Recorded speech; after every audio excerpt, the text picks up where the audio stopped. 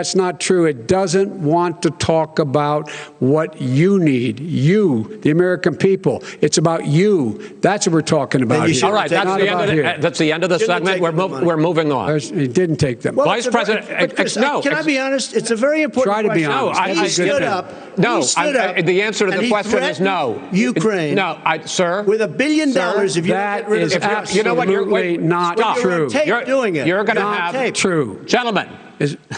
I hate to raise my voice, he's but I see it seems to be, why should I be different than the two of you? So here's the deal. Good point. We have 6 segments. We have ended that segment. We're going to go to the next segment. In that segment, you each are going to have 2 uninterrupted moments. In those 2 uninterrupted minutes, Mr. President, you can say anything you want.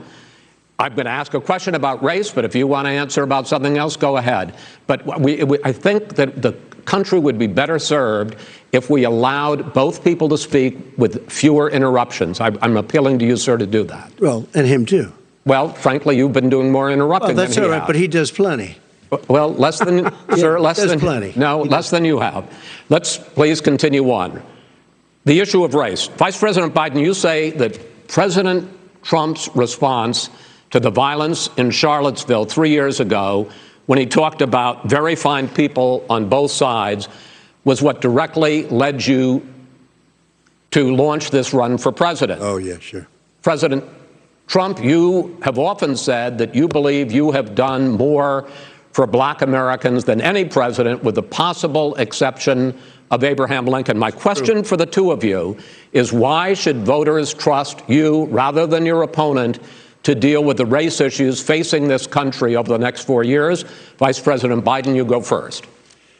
It's about equity and equality. It's about decency. It's about the Constitution. And we have never walked away from trying to require equity for everyone, equality for the whole of America.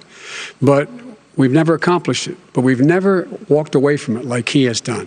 It is true. The reason I got in the race is when those people, close your eyes, remember what those people look like coming out of the fields carrying torches, their veins bulging, just spewing anti-Semitic bile, and accompanied by the Ku Klux Klan. A young woman got killed. And they asked the president what he thought. He said there were very fine people on both sides.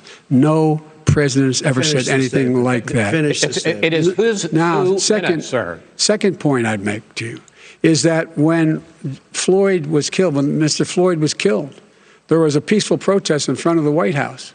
What did he do? He came out of his bunker, had the military use tear gas on him so he could walk across to a church and hold up a Bible. And then what happened after that? The bishop of that very church said that it was a disgrace. The general who was with him said all he ever wants to do is divide people, not unite people at all. This is a president who has used everything as a dog whistle to try to generate racist hatred, racist division. This is a man who, in fact, you talk about helping African Americans. 1 in 1,000 African Americans has been killed because of the coronavirus. And if he doesn't do something quickly, by the end of the year, 1 in 500 will have been killed. 1 in 500 African Americans. This man is the savior of African Americans. This man cares at all. This man's done virtually nothing. Look, the fact is that you have to look at what he talks about. You have to look at what he did. And what he did has been disastrous for the African-American community.